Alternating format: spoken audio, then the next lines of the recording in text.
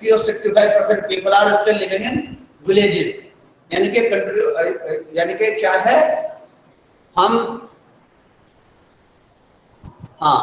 क्या है, अभी भी क्या है, हमारा जो इंडिया है अगर देखा जाए तो यानी कि जस्ट आफ्टर इंडिपेंडेंस अगर देखा जाए या ड्यूरिंग द ब्रिटिश पीरियड देखा जाए तो more than 75-80% people were living in villages in that particular time.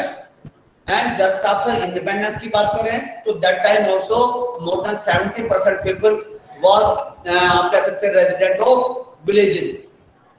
और स्टिल अगर मान लिया 2020 और 21 के बारे में बात करें, रफली still more than 60% peoples are living in villages. तो इसका मतलब क्या है, विलेजर्स आर मेजॉरिटी स्टिल. तो जब हम विलेजेस की बात करेंगे, चाहे वो एडमिनिस्ट्रेशन की बात करें, चाहे कलेक्शन ऑफ टैक्स की बात करें, चाहे वो द प्रोडक्शन की बात करें, तो क्या है, जो मेजर हमारी जो एक्टिविटीज हैं, मेजर जॉब अपॉर्चुनिटीज हैं, तो we are getting from the villages. इसका मतलब ये क्या हो गया, वी आर आप कह सकते हैं we are going to discuss in this particular chapter specially for the villages area के बारे में हम ज्यादातर डिस्कस करने वाले हैं इस चैप्टर में, ठीक है ना. फिर है the company becomes the diwan. अब दीवान जो बड़ा है, इसमें क्या है, article meaning of diwan, anybody having some idea? दीवान का मीनिंग क्या है, कोई आइडिया है इसमें? You are having some idea? Chinmay, you want to say something? Tell. Who can collect taxes without freedom?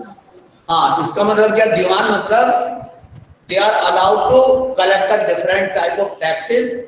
They are allowed to collect the different type of taxes from the common people, including peasants, including आप कह सकते हैं businessman. तो they becomes tax collector. तो इसमें क्या है, on 12th August 1765 the Mughal emperor appointed the East India Company as Diwan of Bengal. सबसे पहले दीवान जो अपॉइंटमेंट था वो कहां पर हुआ था? That was appointed by Mughal Empire और Mughal Emperor in 1765. कहां पर? 1765 में. पहले बंगाल का सबसे पहले बंगाल में इंट्रोड्यूस, और क्या हुआ था, on 12th August 1765 the Mughal Emperor appointed the East India Company. और ईस्ट इंडिया कंपनी के बारे में एवरीबॉडी नोस. अरे ईस्ट इंडिया कंपनी के बारे में सब जानते हैं ना? Yes sir. Yes sir. And basically it was a trading company.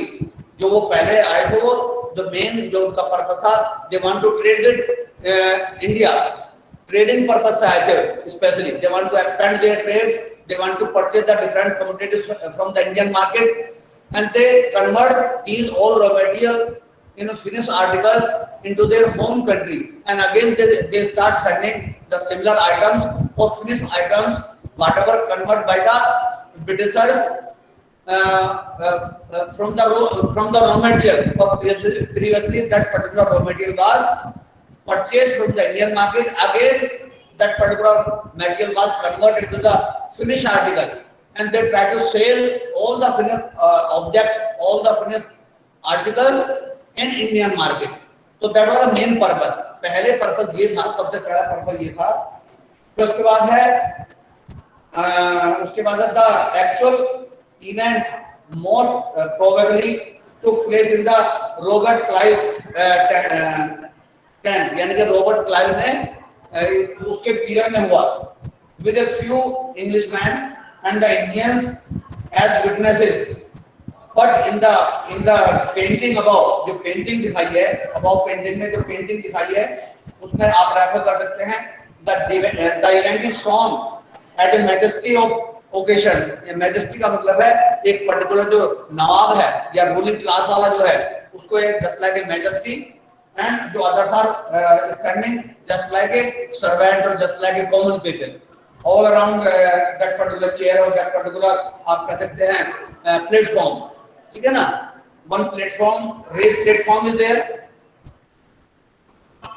दिखाई दे रहा है ना?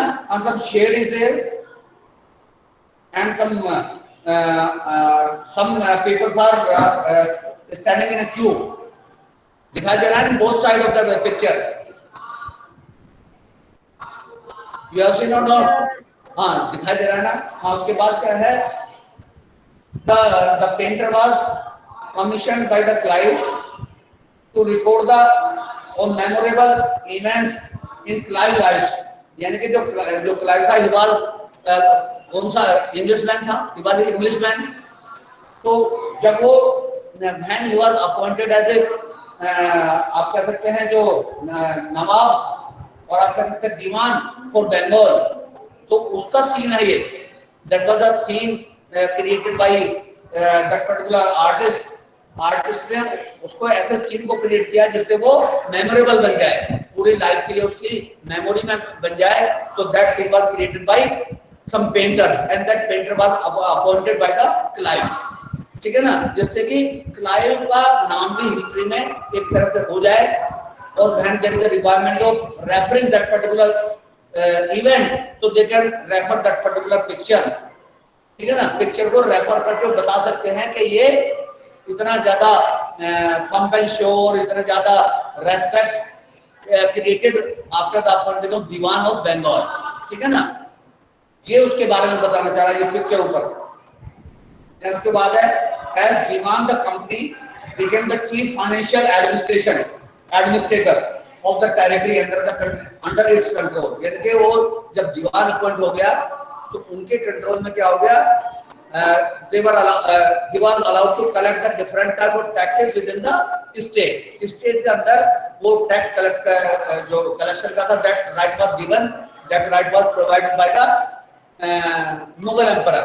जो मुगल एम्परर था उस समय उन्होंने उसको ये राइट दे दिया कंपनी को.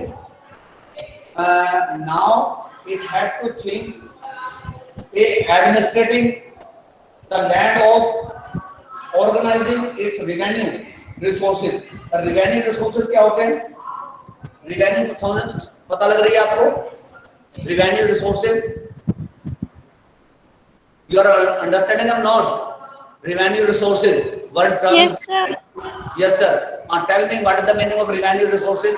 Give some examples. Karisma is want to say something? हाँ बताओ.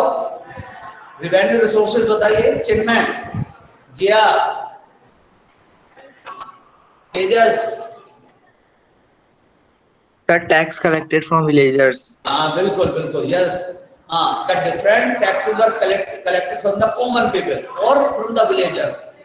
तो जितने भी taxes, whatever taxes they were collecting from the different society, like some taxes were collected by the traders, some taxes were collected by the peasants or farmers, some collectors may be collected by the service class people. So these all sources of taxes जो मैंने अभी नाम लिया है, उस sources का जो नाम मैंने लिया है, वो जो सोर्सेज का मैंने नाम लिया है, वो सारे के सारे सोर्स क्या है जो मैंने अभी सोर्सेज का नाम लिया है. तो these all taxes are considered as sources of revenue. revenue का मतलब है whatever taxes we are collecting. ठीक है ना, जो भी टैक्स हम कलेक्ट कर रहे हैं, तो these all taxes are source of revenue. ठीक है ना, आगे बढ़ूं. then उसके बाद है this had to be done in a way of could yield enough revenue. could yield इसका मतलब है they want to earn the maximum revenue, they want to collect the maximum revenue from the peasants or from the villagers. तो उसके बाद है to meet the growing extent of the company. यानी कि जो ज्यादा टैक्स कलेक्ट करना चाहते हैं, भाई they want to collect the maximum taxes, they want to complete their all expenditures, they want to fulfill all the expenditure from the Indian market. यानी कि जो whatever expenditures were required in that particular time, so they want to collect, so they want to compensate their expenses from the Indian market by collecting the different type of taxes. ठीक है ना. और जो main source था उस समय जो trading जो एक्टिविटीज थी, they were almost absent in that particular period. तो जो मेन एक्टिविटी थी, तो that was performed by the farmers and that activity was क्या थी? That activity was क्या था? फार्मिंग और एग्रीकल्चर. ठीक है ना. Most of the people earning their livelihood in that particular period of time by agriculture, by growing the certain crops on their field, ठीक है ना। तो that was the main आप कह सकते हैं source of revenue। क्या हो गया main source of revenue? When they will start or there was a provision to collect the different type of taxes from the land, ठीक है ना। land से नहीं, land का मतलब those who are cultivating different type of crop, ठीक है ना। क्लियर हो गया, आगे बढ़ो। Over the years the company also learned that it had to be moved with some cautious or cautions, यानी कि आराम से मतलब करना है इस बात को। फिर उसके बाद है it needed to specify or those who in the past had ruled countryside, यानी कि जो पहले countryside में इनसे पहले countryside में रूल कर रहे थे, तो they have to take help from these people। कौन से? जैसे जमींदार हैं, जैसे लैंडलॉर्ड कह सकते हैं आप उन्हें। तो they were the great power just before coming of Britishers के आने से पहले कोई ना कोई पावर वहां पर काम कर रही थी। तो जमींदार जो थे, जो बिग लैंड ओनर्स थे, तो they were identified to collect the taxes from the peasants। फिर उसके बाद है how was this to be done, यानी कि अब ये क्वेश्चन हो गया कि अब कैसे इसको किया जाए, how we are going to introduce this particular system। तो in this chapter we will see how the company came to be colonize the countryside। colonize का मतलब क्या है?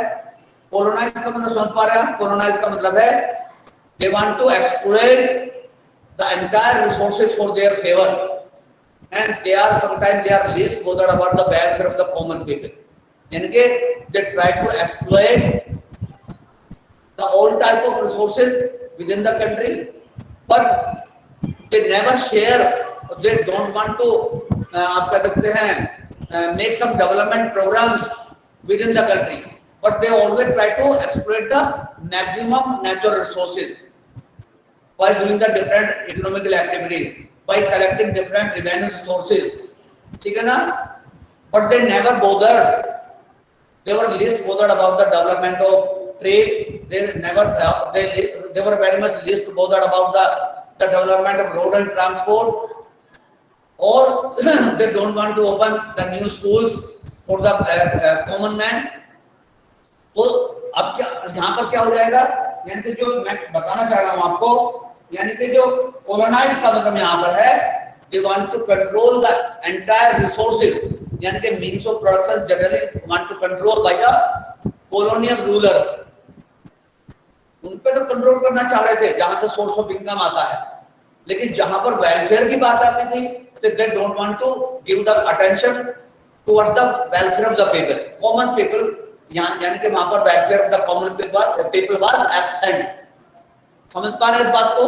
यानी कि सारे रिसोर्स को they want to exploit, they want to control all the resources, at the same time they don't want to share all this income, all this आप कह सकते हैं revenue with the common people by expending the some amount of revenue for their education, for their medical facilities, for their road and transport.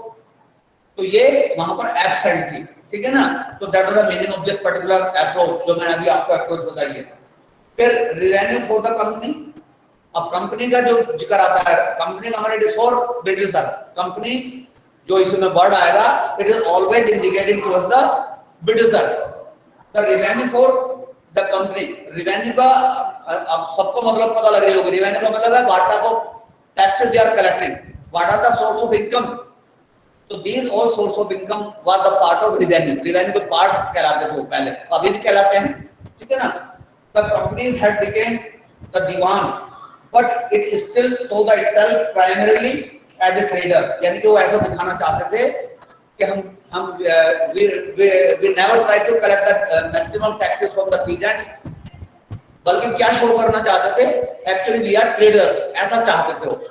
अगर मान लिया ruler वो declare कर दे, if they start showing that we are rulers or we become ruler for a particular area, तो फिर people ये मांगना शुरू कर देंगे कि हमें थोड़ी बहुत फैसिलिटी भी दे दीजिए। अगर अब एडमिनिस्ट्रेटर अपने को डिक्लेयर कर दे, तो एडमिनिस्ट्रेटर डिक्लेयर नहीं करते थे, वो ऐसा शो करते थे अपने एक्शन से, अपने बातों से।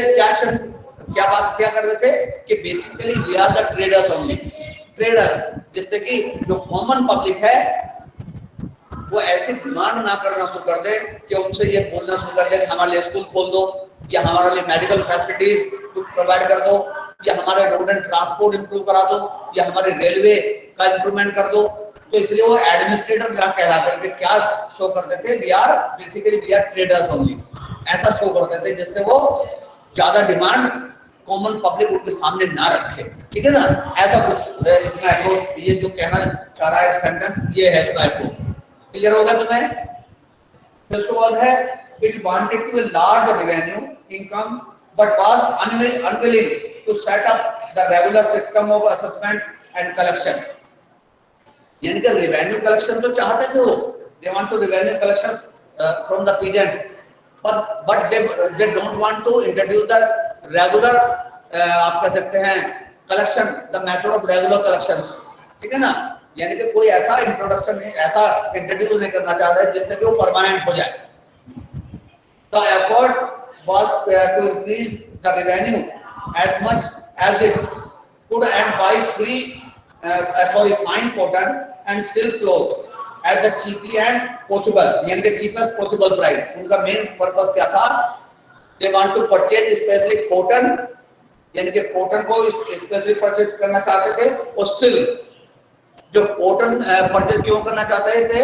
जो मैनचेस्टर है, Manchester is the name of the city, still it is associated with UK, यानी कि यूनाइटेड किंगडम में अभी भी वो है मैनचेस्टर। जैसे हमारे यहाँ पर अहमदाबाद है, it is known for cotton textile मिल। ठीक है ना, सूरत है, it is known for cotton textile mill nowadays. But previously जो मैनचेस्टर है, इट वाज फुल ऑफ क्या है, आप कह सकते हैं कॉटन टेक्सटाइल मिल, यानी कि it was a great centre of cotton textile मिल के लिए बहुत बड़ा सेंटर था मैनचेस्टर। ठीक है ना, तो उसमें जितनी भी लूम लगी थी, यानी कि जितने भी क्लोथ आप कह सकते इंडस्ट्री थी वहां पर, जो कॉटन टेक्सटाइल मिल थी, तो there was the shortage of cotton, यानी कि उनको प्रोडक्शन ज्यादा करना होता था या करना चाहते थे, and they want to sell all this commodities from the in the poor country. तो उनका मेन पर्पस था, they want to feed their looms और feed their cotton textile mill, तो that's why they want to purchase the cotton in large scale on a cheapest possible price. और दूसरा जो item था सबसे ज्यादा मांगा जाने वाला था, highly demanded item, that was silk. ठीक है ना, तो सिल्क भी वो डिमांड करते थे, तो they want to purchase both the आप कह सकते items in the Indian market on a cheapest possible price, जितना भी सस्ते से सस्ता वो खरीद सके, that was the main purpose. ठीक है ना, दैट वाज द इंडिगो बाद में लेटर ऑन वो इंडिगो जूट फिर बाद में, अभी तो बिगिनिंग में बताया, I am introducing the chapter. In the beginning it is given only cotton and silk, later on we are going to add indigo also। ठीक है ना, इंडिगो भी उसमें आ सकते हैं। तो उसके बाद है within 5 years the value of goods bought by the company in Bangalore doubled।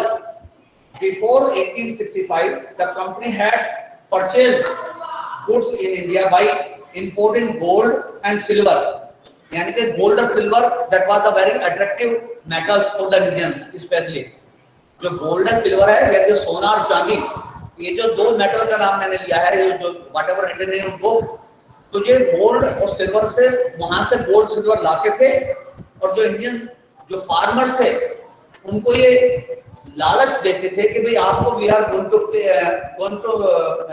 पे in a form of gold and silver. And gold and silver was very much attractive for the Indians, especially Indians के लिए जो ये precious metals हैं, तो ये attractive हैं। तो जो whatever said by the Britishers, तो it may happen that whatever said by us for the Indian farmers, so they may be ready to grow the certain crop if we are making their payment in gold and silver। अगर instead of currency, तो वो क्या शुरू कर, उन्होंने क्या एक तरह से आइडिया लगाया कि हम अगर गोल्ड में सिल्वर में इनको पेमेंट देना शुरू कर देंगे तो दे मे agree to sell their entire commodity or major commodity for the bidders if we are making their payment in gold and silver. So that was main motive behind this. ये main motive था. तो उसके बाद the company purchased goods in the India by importing gold and silver from Britain. Now the revenue collected in the Bengal would finance the purchase goods for export. Yes. Yes, Vardhan, you want to tell something? Yes, but one by one. I think yes, Vardhan is आप थोड़ा बेटा अपने mic को थोड़ा पीछे से लेके बोलो. ये किसकी आवाज आ रही है? बंद करो. यशवर्धन, यशवर्धन, ये माइक बंद करो अपना.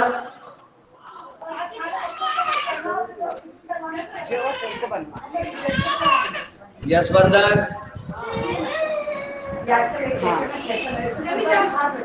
Yashvardhan, you are listening to me or not? Yasvardhan, mute your mic, mute yourself. Yasvardhan, I am repeatedly saying to you only, mute your mic. अरे Yashvardhan, hey, all family members are discussing something. Yashvardhan, you are not listening at all. Yashvardhan,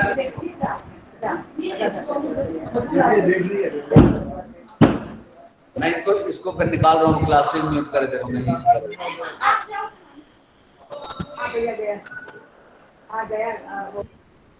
बस मैंने mute कर दिया. घर से मैंने mute कर दिया बेटा इसको. चलो अब डिस्टर्ब नहीं होगा. हाँ, okay. Soon it was clear that the Bengal economy was facing a deep crisis. Artisans were distressing villages since they were being forced to sell their goods to the company at low prices. यानी कि जो जितने भी बंगाल के जो farmers थे तो वो फोर्स किए गए. किससे फोर्स किए गए? कि भाई जितना भी whatever they are going to produce, यानी कि especially cotton and silk or other material also, so they have to sell a major portion of their production to the hand of company, यानी कि company officials को sell करना है. The peasants were unable to pay the dues that were being demanded from them, यानी कि जो भी उनसे जो डिमांड की जाती थी टैक्स की, different taxes were collected from the peasants, so that was not possible to continue or to repay their taxes. Whatever taxes were आप कह सकते हैं collected from the company's official side. That was a आप कह सकते हैं very tough situation for the farmers.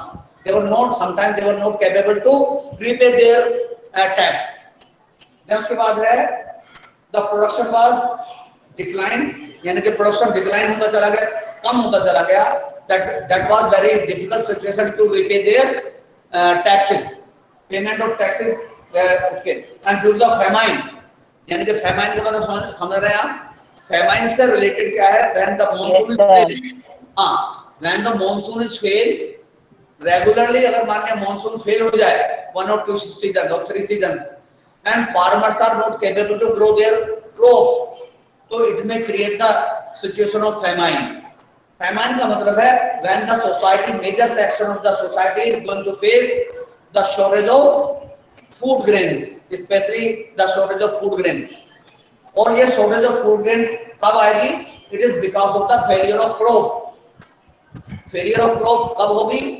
When आप कह सकते हैं rainfall is very less. अगर मान लिया rainfall नहीं है तो क्या हो जाएगा? If it will continue for 2 or 3 seasons, अगर वो 2-3 सीजन तक वो लगातार फेलियर ऑफ रेनफॉल हो जाए और मॉनसून फेल हो जाए तो इसका मतलब क्या है?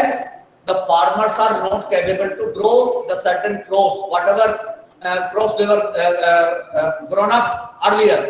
यानी कि जो जो क्रॉप वो पहले ग्रो कर रहे थे, अब मानसून नहीं है, टाइम पर नहीं आ रहा है, या वो very little rainfall they are getting, तो it is very difficult to continue their farming practices, यानी कि उनका प्रोडक्शन क्या है धीरे धीरे कम हो जाएगा, या कभी कभी उनको बिल्कुल प्रोडक्शन नहीं मिलेगा, ठीक है ना। तो again it's create the very tough situation for the farmers, they were not able to make their payments for the company's officials, so that was a big problem faced by the farmers. तो उसके बाद है the need of to improve the agriculture. अब क्या हो गया, जब irrigation जैसे जैसे आजकल डिस्कस कर रहे हैं, जैसे आजकल हम डिस्कस कर रहे हैं, हाँ Rudra Pratap, you want to say something? अरे डिस्टर्ब कौन कर रहा है बीच बीच में भाई? Rudra Pratap, you want to say something? You are raising your hand. हाँ, say you if you want to discuss something tell. हाँ रुद्र, अरे नहीं तो फिर ना, हाँ यस, अभी क्या है, सेकंड कॉलम में हम चलेंगे, the need to improve agriculture. अब मान लिया if they want to collect the maximum taxes from the peasants, तो there is a requirement of यानी कि irrigation facility, there is a requirement of agricultural improvement. तभी तो अगर मान लिया एग्रीकल्चर में इंप्रूवमेंट नहीं होगा, तो ऑटोमेटिकली जब there is no improvement in the agriculture system और इरिगेशन सिस्टम, तो it is very difficult to collect the different type of taxes from the peasants. अगर उनका प्रोडक्शन नहीं होगा, फेल हो जाएगी crop, they are totally depends on monsoon and they are not getting good quality of seeds, still they are not getting any type of fertilizer or manure, ठीक है ना. तो it is very difficult to make the payment as a taxes for the company's officials. तो अब क्या approach आ गई, the need to improve the agriculture, कि भी एग्रीकल्चर improve करेंगे तभी हम क्या कर पाएंगे, तभी these farmers are capable to make our payments. If there is no improvement in their farming practice, तो ऑटोमेटिकली क्या हो जाएगा, there is very little chance to collect the different type of revenue from the peasants. तो वो क्या think करना शुरू कर, क्या सोचना शुरू कर दिया उन्होंने कि they want to improve the agriculture system. Agriculture system को इंप्रूव करने का सोचने लगे, क्योंकि अगर एग्रीकल्चर इंप्रूव नहीं होगा, अगर प्रोडक्शन नहीं होगा, तो अल्टीमेटली क्या हो जाएगा, we are not going to collect the different type of taxes, different type of revenue sources are, आप कह सकते हैं, डिक्लाइन. तो they want to improve the agriculture.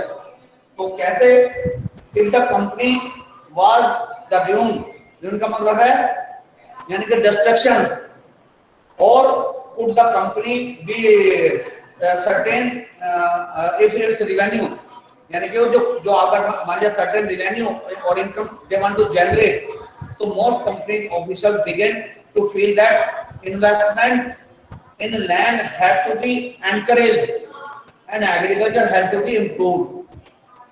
यानी कि एग्रीकल्चर में कोई ना कोई इन्वेस्टमेंट आना चाहिए. इन्वेस्टमेंट का मतलब समझ पा रहे हैं आप, when we are expended some amount of money to improve the agriculture, ठीक है ना.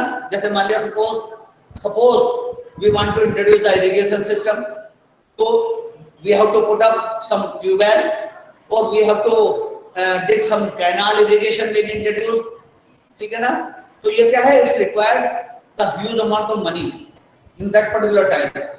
अगर मान लिया उनको नई ट्यूबवेल लगा के देनी है, या कैनाल वहां तक ले जानी है उनके खेत तक, या उनको इरिगेशन सिस्टम प्रोड्यूस करना है, तो it's required the large amount of money investment. Investment का मतलब है when we are expending some amount of money to improve our agriculture system, to purchase tools, new tools may be introduced, tractor, harvesting machines.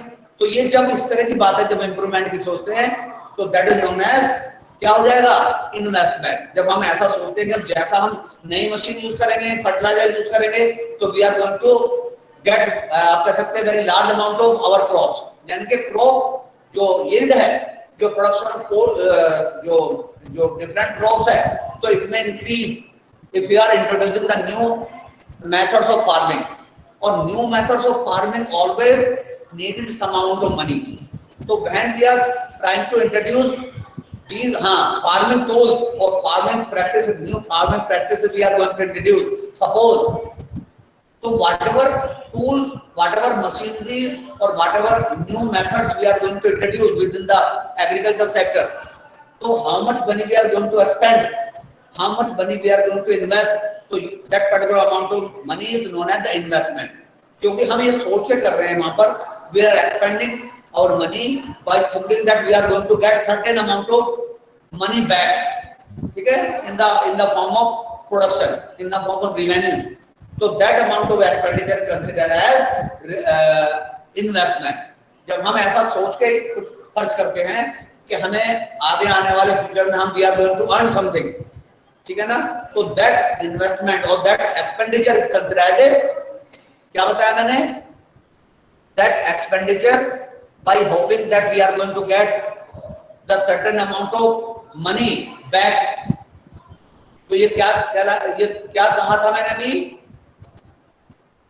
अरे क्या कहा मैंने, तेजस, चिन्मय, जिया,